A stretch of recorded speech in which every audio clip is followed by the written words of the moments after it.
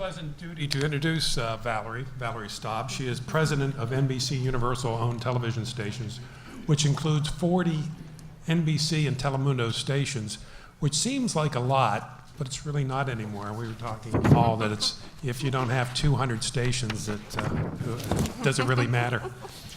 I met Valari when I interviewed her in 2011, shortly after she was named to run the NBC stations. She had a lot to say that day. She said that the new owner, Comcast, had earmarked tens of millions of dollars to revive the station group that had been somewhat neglected by its previous owner, General Electric. She said she would use those millions to, and I have to read this because it's a lot, to greatly expand the news, shore up creaky infrastructure, rebuild entire stations, upgrade studios and sets, produce more enterprise and investigative reporting, enhance news gathering capabilities, and better promote the news. I can say today that she has pretty much made good on all those promises, and it has apparently paid off.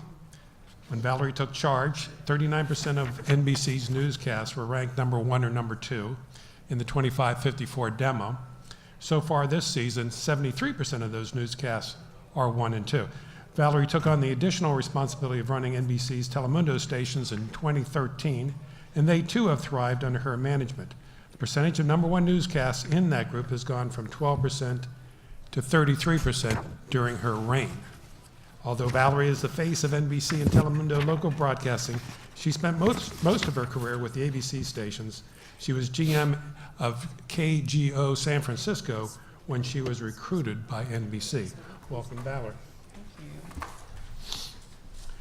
So I thought we'd start from the large to the small in terms of these questions, some sort of high-level questions, and we'll sort of whittle it down to some more granular ones.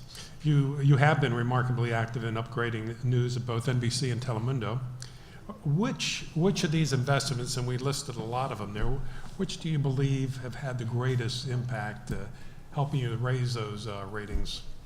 What's been most important? I think the biggest thing was getting the stations appropriately staffed, and that's both the NBC and the Telemundo side. They were wildly understaffed. And then a lot of the people that have been let go from the stations were the more experienced staff. So we had a lot of young people, and they didn't have enough experienced people to learn from. So bringing back experienced people into our newsrooms, I think, was the most important thing we did. And then really fostering an environment that encouraged enterprise journalism by bringing in very experienced investigative teams that then taught the other journalists in the television station to enterprise and just got everybody more excited about enterprising stories. So I'd say that's the most important thing. But the infrastructure was creaky, and there was a lot we had to do to be able to give people the tools that they needed to tell the stories that they were gathering. I'd say the investment that I think has differentiated us the most has been the consumer unit, which is something that's very different from what anybody else has. It's a unit that exists in Dallas that answers every call and every email that we get and tries to solve their problems. And so all day long, it's a team of people that are solving problems from across the United States and Puerto Rico. And then several of those stories bubble up and end up on the air, but the vast majority of them are just solving consumer complaints. So it's a way to really touch our viewer in a meaningful way. And since we started the consumer unit, we've returned $28 million to our viewers across the country. You say but that's all based in Dallas? The people that are answering the emails and the calls are in a unit that works together in Dallas, but the calls come from all over the United States. In some of those, answering those, I would have assumed that these things led to stories, but not necessarily so. No, most of them don't. Oh. Just a few bubble up, but we solve contractor problems, insurance problems, all kinds of consumer problems. And we've developed through the years that we've done this really good relationships with companies so that we can really quickly solve problems. It was started to really propel the Telemundo stations to have a deeper connection with their audience, and their audience is often more dependent on their television station for help. But it was so successful, we expanded it to the NBC stations. Well, this is a tech conference, so tell me, what about on the tech side? What's On the tech side, I think the biggest differentiating thing we did was we're now 3 years into a really big weather project. The goal of that project was to actually improve our weather forecasting and current conditions. So it wasn't, it was an ambitious goal to actually make our weather predicting better. So we're actually in about 2.5 years into a model that is separate from the European model and the National Weather Service model, but is actually an NBC Telemundo model that for 2.5 years we've been perfecting, and it's developing a high degree of accuracy, and so more and more stations are starting to use that. We also debuted a 10-day forecast, which is obviously harder than a 7, and we're tracing the accuracy of that. And we did it with a system of fixed radars that were strategically located where there wasn't National Weather Service radars. We were trying to get missed areas of our markets. And then with 6 storm rangers, which are mobile radar units, because most of our places are on coast, and it's very hard to get a National Weather Service radar on a coast because people don't want to look at that great big white tower when they look at the ocean. So the storm rangers can actually drive to the edge of the ocean and see storms that no radars pick up. And on the West Coast, they see smoke as well. So with all the fires that we've had on the West Coast, the radar does. The radar actually sees where the smoke particles are falling into the valleys, so that we can actually tell our viewers not to run on these days, or to watch out, not to run in these neighborhoods. So it's a combination of what National Weather Service data combined with your own collection of data. Mm-hmm. And so have your own forecasting company now. Yeah. In each of these, across the board, all 28 markets? All our markets. And we also increase the number of places to gather current conditions, so that you're more likely, if you open our app, to get current conditions that are close to where you're located. Anything else you want to mention on the hardware side? Is anything that's really been a game changer that's pretty remarkable? Anything of what's number 2? Probably just what a lot of people have gotten into, bonded cellular, because it has allowed us to get more stories, just gather more stories across the board. And it's really helped small stations like our Telemundo stations, where they really can't afford to have several live trucks, but they now can go live. And that's proved reliable enough for... Yes, and keeps increasing in reliability.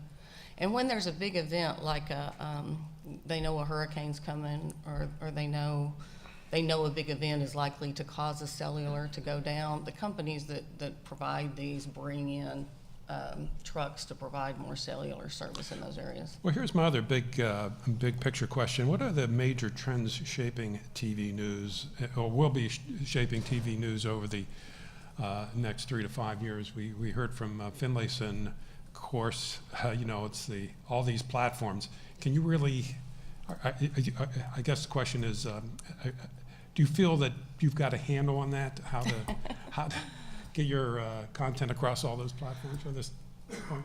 Well, it's obviously something we're constantly improving and trying to get better, but I do feel like we've put a lot of resources into storytelling by the different platforms. I think our biggest message to our stations is not to just take television content and put it on digital platforms, but to actually take all of this news gathering that we're doing and do customized information that uses the platform to the best of its ability. And so we absolutely can always do better, and we'll always be growing at it, but we do have a good footprint into it. And on the Telemundo side, the interesting thing is there's nobody really competing with us in that space, because Univision has a national app instead of local apps.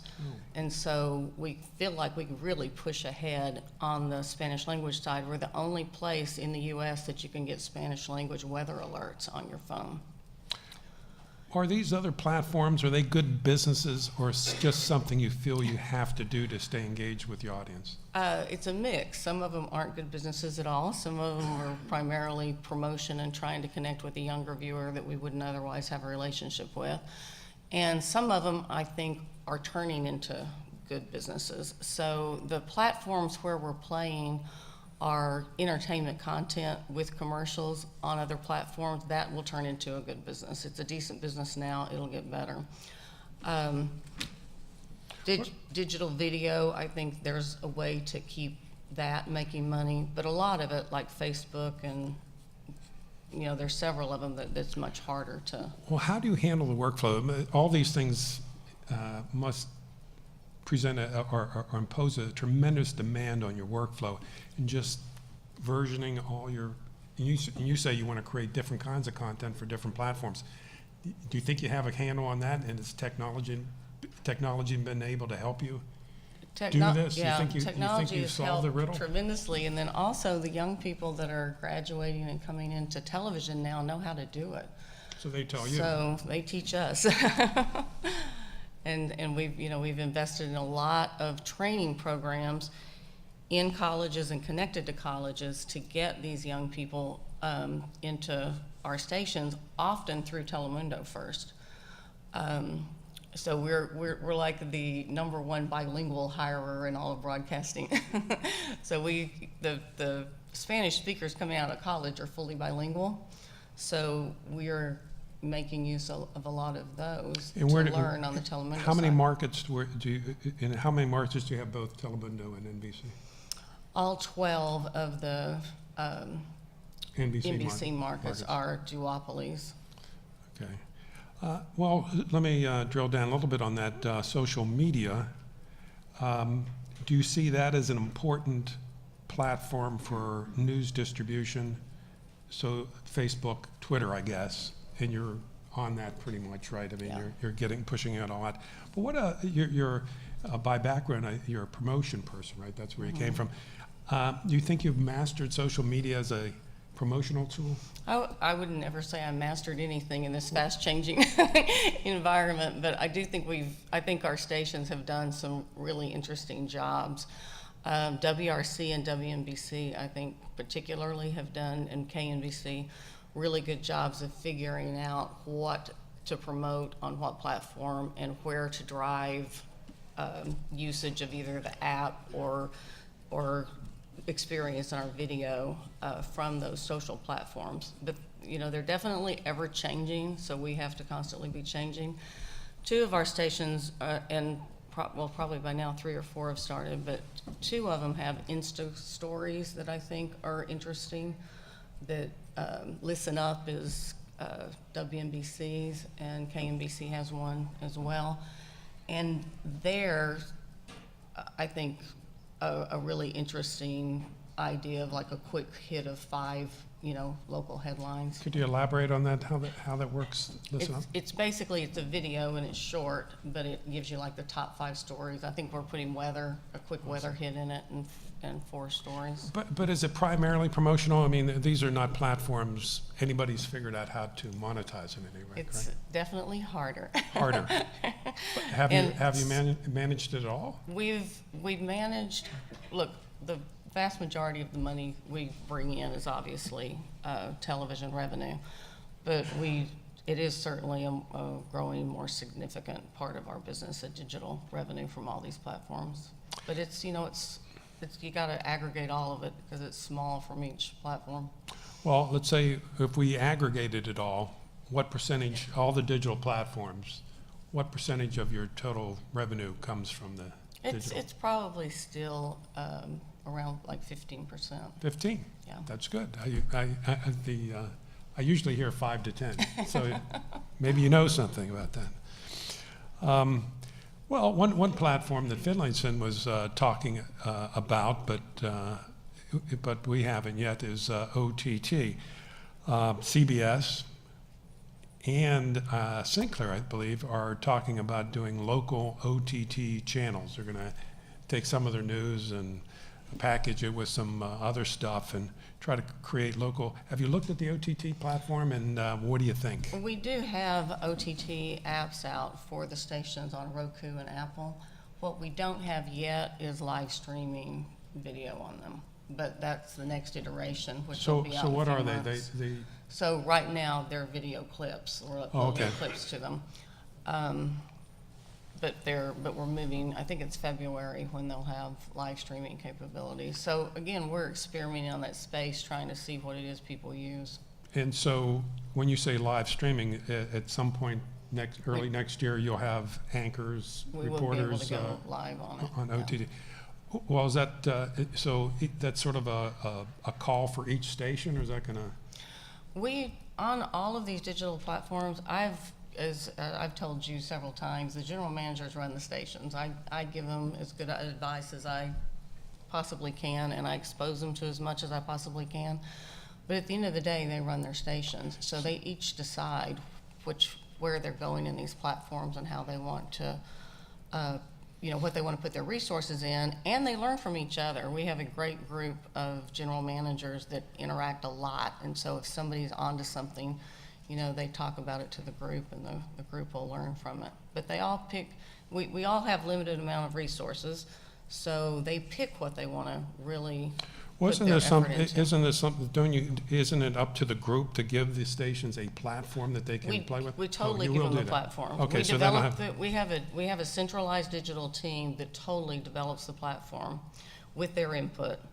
But what they ultimately decide to do with that platform is. So our station. if KNBC wants to go out there and put together a full channel, linear channel for OTT with some clips in the background, that's okay by you, and Well, there's certain. try to prove the concept? Yeah, I mean, there's certain things we have to take into consideration, obviously, with resources. Are you still covering your main? Is your channel still safe in terms of everything you need to do for your main channel? Mm-hmm. But they're all kind of going at their own pace, figuring out what best to do on these platforms. Another thing I think you and a lot of your peers have done over the last several years is just increase the number of hours of news on broadcast. Mm-hmm. That's a sort of a mega trend. My question is there a point of oversaturation or a point of diminishing returns here? You fragment your local audience, your local news audience so much that it sort of wears itself out somehow. Well, I do think that obviously live linear television gets harder every year, and it's important that it stay live as much as possible, because that's the reason to watch linear television, is because it's live. But I do think that there will, for a long time, be a place for a channel that offers entertainment and news, not just news. So I very much believe in the mix of news and entertainment, talk shows, entertainment, and prime time. And so I don't see, with our stations, I don't see that we need to expand beyond what we've done right now. In terms of news? In terms of news, yeah. Do you think others have? Do you think there's an oversaturation in general? I think there's a lot, especially the big markets. Yeah. I think there's a lot of news. Well, we'll just tell them to stop. And they'll listen to me. Well, Fox is sort of doubling down on that. Yeah, they are. If it's not on their main channel, they're putting it on their duopoly channel. Mm-hmm. So it's all news and sports at Fox. So we'll see. I can see, I mean, I think what did they tell me? They have a newscast every hour on each one of those, from like 5 o'clock to 10 o'clock on one of those two channels. Seems like a lot to me. Yeah, it is a lot. What about other types of locally produced programming? I guess that's sort of at the discretion of the local stations too, right? It is, but we've had a lot of success in New York with New York Live. It was a show that we thought at an hour wasn't like packed with enough information, so we took it to a half hour. Now we feel like it's a really good half hour with a lot of content in it, and it's been very successful. It makes way more money than any other hour of daytime television that we have. So some of our stations have decided to try that. So actually our 3 California stations are launching California Live in January, which is their own version. That'll of be that. daily? It'll be Monday through Friday after the midday news. Okay. So that's an alternative, is just throwing more news on there, to get more local content, travel, what's happening in the city, restaurants, that kind of thing, At, entertainment.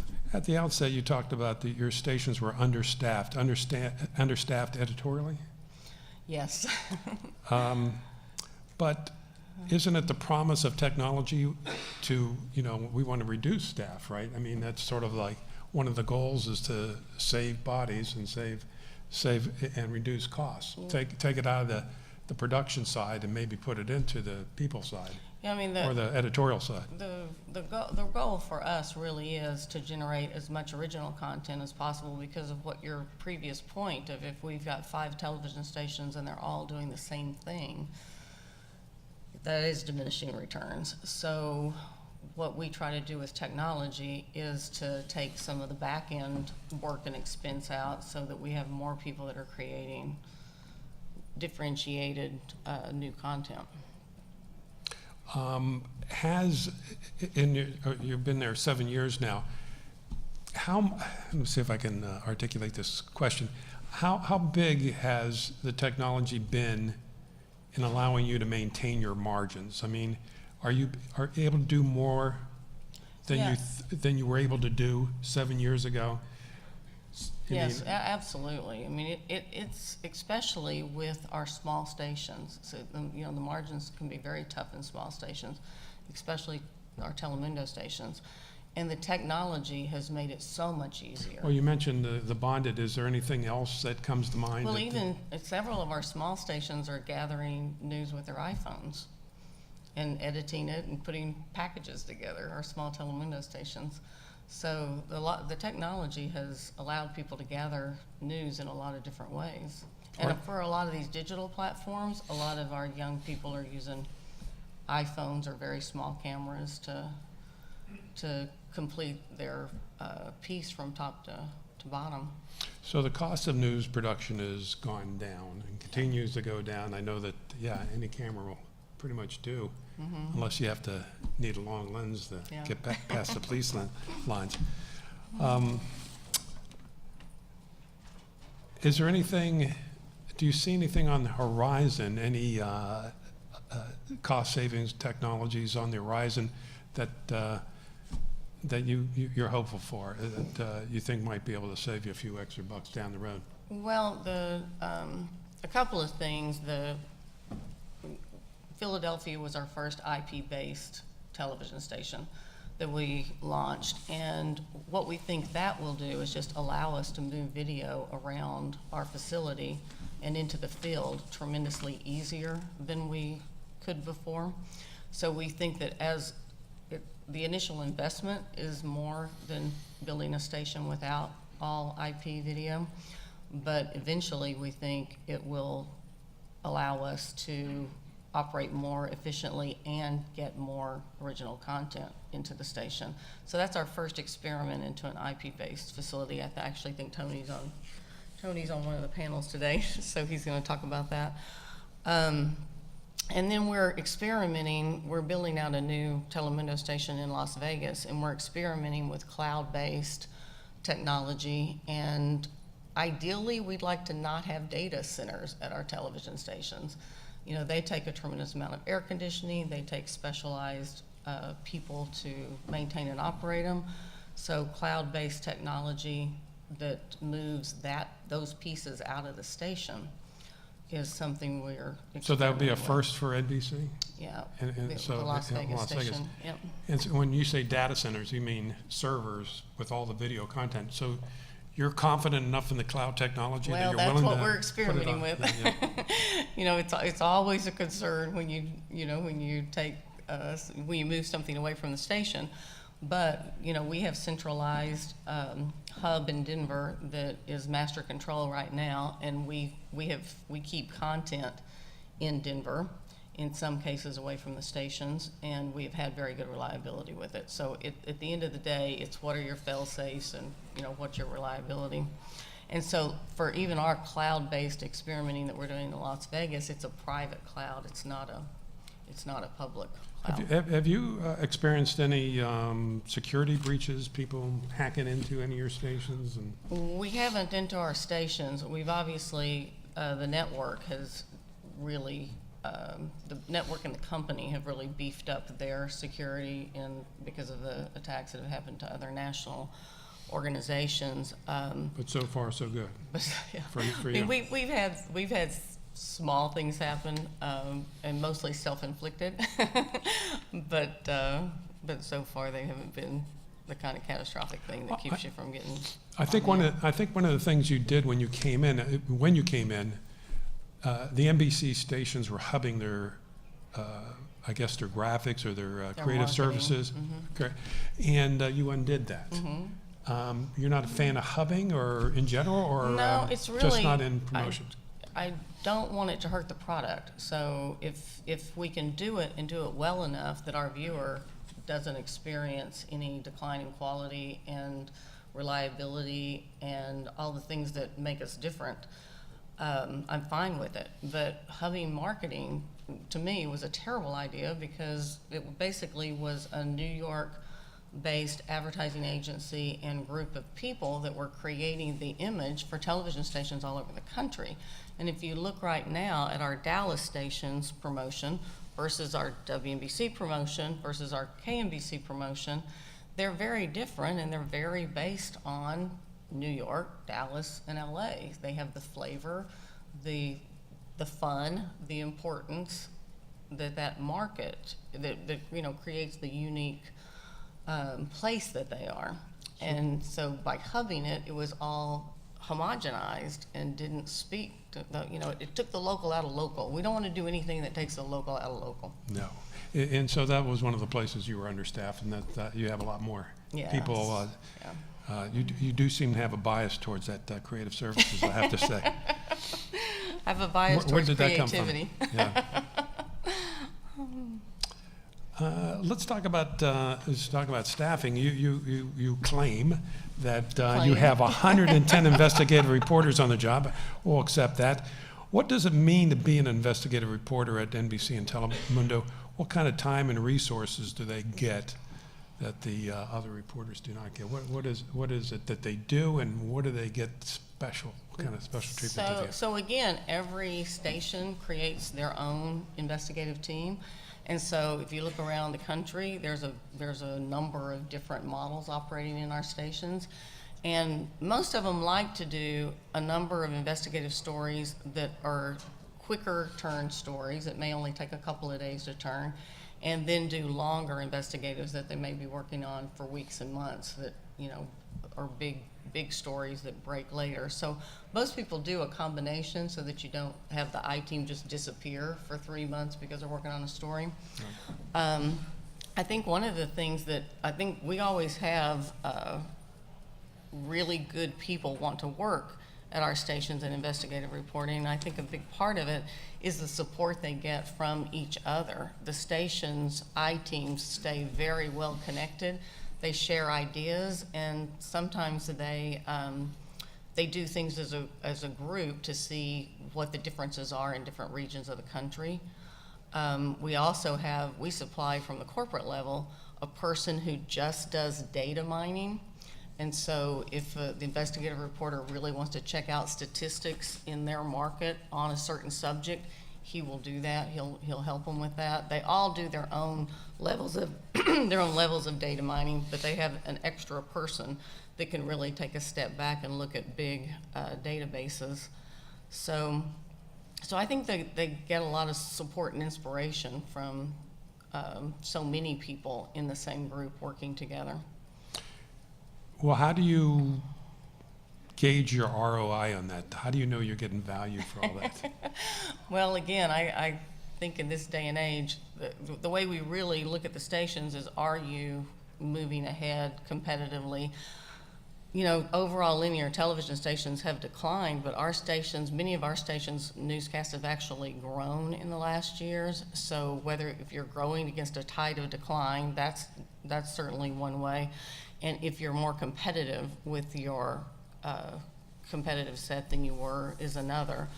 The reality is that's our product, and we still make the vast amount of our money on local news, and people decide. People watch, everyone always says people watch programming, and they do. They watch the programming that they want to watch, but the default is the stations whose news they watch. If there's a tie of any kind, they go back to the station whose news they watch. That's who they feel like they have an affinity to. And so we want to be that. You know, What do you think your best story is? I know it's always hard to move the needle to go from 3 to 2 or 2 to 1. What's your best story? In just the growth, individual markets? Well, no, yeah, in NBC markets, growth of ratings. What's your showcase? I'd say our two best stories compared to where they were and where they are now are WCAU in Philadelphia and KNBC in LA. KNBC was once a powerhouse station in LA. Just for years and years and years, it was a really strong station. And then KABC eclipsed it and stayed widely apart, and KNBC really fell in the ratings. And I'd say was at a low point when I took over the group. And to see that station now is to see a completely different operation. And they are wildly competitive now, and they beat KBC in a lot of areas. And it's really KTLA and KNBC that are neck and neck. KTLA in more places. So they've come a really long way. And then CAU, you know, PVI is one of the best stations in the country. Has been for years. It's I worked there, so I know the station well, and I worked at PVI for 11 years. And it's one of those stations that always acts like it's a lagging number 2. It just runs hard and tries and pays attention to everything all the time. So it's a very tough station to gain any ground against, especially in a market like Philadelphia where you don't have high turnover. People watched it when they were kids and are still watching it now. And CAU has made real progress against them. In the household, PVI still got not as much distance, but quite a bit of distance ahead of them. But in the demos, CAU is very, very close to them. Speaking of WCAU, somebody told me that the operational mode there now is to keep the reporters in the field. They don't come in, it's a downtown location. They just keep the reporters. Is that like a thing now in broadcasting, where you just stay out there? And it's more traffic related than anything else in most of our markets. Places like KNBC and WNBC, it's hard to bring the reporters and the photographers back. So they don't have to, right? That's part of the technology being so much better that they can edit a piece in the field and send it in. But traffic has made it really hard for people to gather news and run back and forth from the physical facility. So that is sort of the operational mode for these stations now. For a lot of them. Yeah, you don't have to come in. Yeah, how big an area they're covering. That's for you. I'm going to take some questions. Anybody have any questions for Valari? We have a microphone. Good. I have questions of my own. But at any point, if you want to, here we go, Jack. Jack Pagano, COO of an Afghan television station, 64 million viewers, 20 million are in the Taliban area. Every day is a tough day for me. Question, ABC's trying to do this local-ish. They've come out with this new strategy. How are you going to combat that strategy? That's part of their digital strategy, and so I don't really see us as needing to combat it. Again, a lot of our stations are experimenting in different types of digital content. We actually have a unit in LA that is just dedicated to news storytelling, and they're doing things for different stations, but experimenting to see with what works. So we're experimenting in a different way, but I don't really see it as something I directly have to go against. Okay, we're gonna move on here with my questions then. I want to back you up on something else. We talked about the hubbing of creative services. I should know the answer to this, but I don't. Do you do any other kinds of hubbing? Yeah, we have a Master control? graphics, we have Graphics? master control, Yeah. and then we have a graphics hub in Dallas that they do customized graphics, so it's not like they do generic graphics for everybody. You order them online and they give you your custom graphics. But it is a group of graphic artists in Dallas that serve all the stations. And that's particularly helpful for the 28 Telemundo stations because it would be hard for them to have artists at every station. Do your stations sort of look the same? They have the same Same look. graphic package, Right. the same basic graphic package. So their on-air news look is very similar, but they have their own creative identity, look and feel for like topicals and promotion. I've been a big proponent of ATSC 3.0, but now I'm turning into a bit of a skeptic because I don't see a whole lot happening. NBC is part of the experiment with the Pearl Group in Phoenix. Can you tell us about that and what your role is there and what you think the potential of the 3.0 is? Well, we've stayed very close from the very beginning on the development of the standard.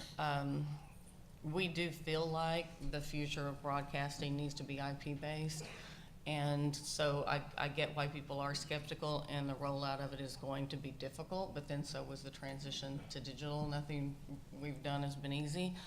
But I feel like it will open enough opportunities that we may not even be able to see right now, that will help the industry in the future grow. I think addressable advertising is part of it. I think multiple video streams is part of it. I think being able to send content encrypted, not for over the air, but maybe to our different television stations through the signal. I still think there is going to be a role for a mass distribution that is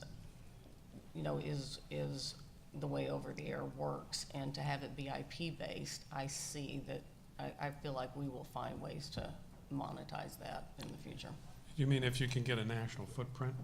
Not necessarily, but just being able to distribute things IP based versus the way we are now. I think we'll figure out ways to monetize it. And To the extent that you put money into these projects, and I guess there's going to be another Phoenix after Phoenix, is that come out of your budget, or is there a corporate commitment to 3.0? Basically anything for the stations, we ask the corporation for, but it ends up in our budget. So, but part of getting ready for ATS 3.0 is helped by all of the repack equipment that we have. So the stations will be more ready for it now with brand new transmitters and antennas and all of that equipment. Well, you have moved on to the World Trade Center, right? Mm-hmm. Yeah, and what about has the repack caused you any pain any place? It actually hasn't, but that's partly because I have an amazing engineering group in my division, and they got ahead of it. They got everything ordered early, and they, developed big relationships with the suppliers, and it's so far has rolled out really well. And I actually just got an update on it today. Everything is on schedule and going really, really well. It's a miracle. I moved from New York to Pittsburgh, but before I moved, I put up an antenna in my attic, and this is pre World Trade Center. I could barely get WRC, and then or not WRC, but NBC. And once you made that move, I think you had 2 signals on it at a certain point. The thing really boomed in, and it was great. And this was 23 miles west in the Watchung Mountains of New Jersey. And that's because, we sold one signal in the Spectrum auction. We sold WNBC signal, which everybody thought was odd, and we kept WNJU signal. Well, WNJU has the best signal in the market by far, and so when WNBC went on to their signal, it way improved their coverage. Okay, any questions? Kathy? Valerie, is user-generated content important enough for your news departments to have a strategy for it? Or is it just something that happens in a storm and they take video in? It happens obviously for any major news event, and so it's definitely built into the infrastructure of all of our stations. Beyond news and celebrating events, I'm not sure how strategic it is to it, but we obviously get a lot, and with our big weather commitment, it becomes critical during weather events and weather coverage. Let's talk politics. President Trump has targeted mainstream TV news as the enemy of the people and doesn't always bother to distinguish between national and local. Do you have a sense, or did you sense any decrease in trust or increase in hostility towards reporters because of this sort of attitude? We have seen an increase in incidents with reporters Your and reporters. how they're treated, local reporters. Even though the emphasis tends to be on national news, and I think national news has been injured more, we have seen an increase in people not treating our reporters well. Have you had to take any steps in terms of security with the? We absolutely have. Anytime we have a NBC corporate has a great security team, and any events that we think there's going to be the potential backlash around, we've supplied security for our crews. So that's definitely increased. I don't know if it's fair to put all that on Trump, but that seems to be the general situation. What about trust? I mean, the trust factor with local TV news, it's supposed to be more trustworthy than, the national newscasts. Are you able to, have you seen any, I don't know how you gauge that. Yeah, there's several organizations that do measure the trust, and Pew Charitable Trust does a big survey every year. Maggot, I think, just did one. And local still has considerably more trust than national, but both of them are down. The trust in both of them, Is that is right, down. even at the Yeah. local? Do you ever do that to yourself? Do you ever think of surveying your viewers to check that yourself? We don't typically, because of the national surveys, we don't typically check it on our own. Well, here's another Trump question. I mean, the RTDNA called on stations to join newspapers last summer in repudiating Trump's attacks. Most broadcasters didn't. How come NBC did? We had 5 stations that did. Oh, you did? Uh-huh. And, Yeah. and how did they do that? We basically discussed it as a group on the phone, and I just asked them to work with our head of news standards when they crafted. If they decided they wanted to do the statement, they were absolutely 100% able to do it. I just asked them to work with our standards person to, So these were on-air messages? or PR statements that they made They put out. that day.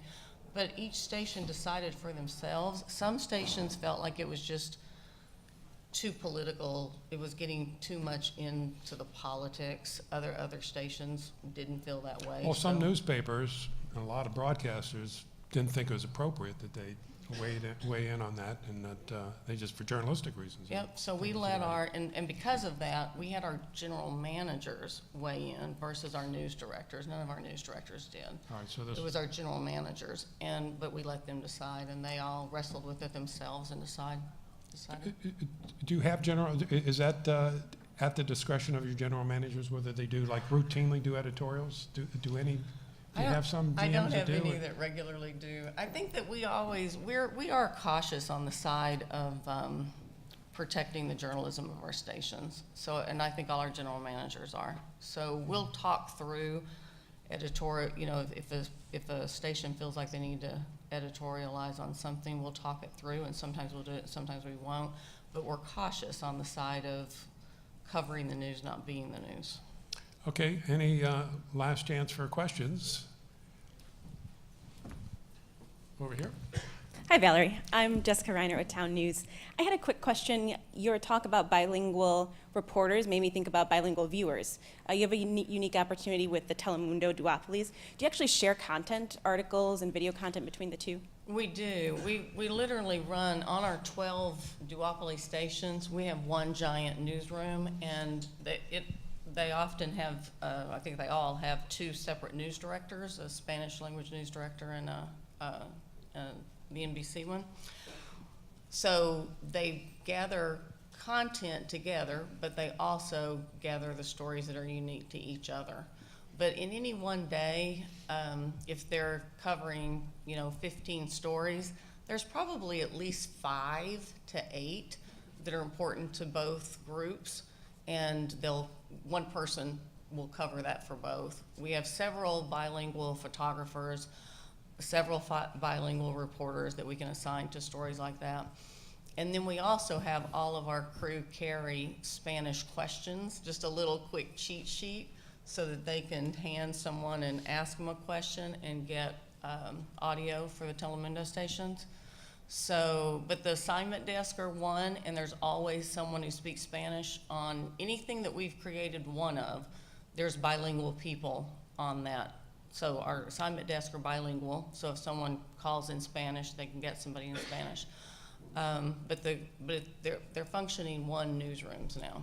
It's remarkable the synergy you've gotten out of that, those duopolies. It's not immediately apparent, but that's good management. Hey, join me in thanking Valerie for her time today.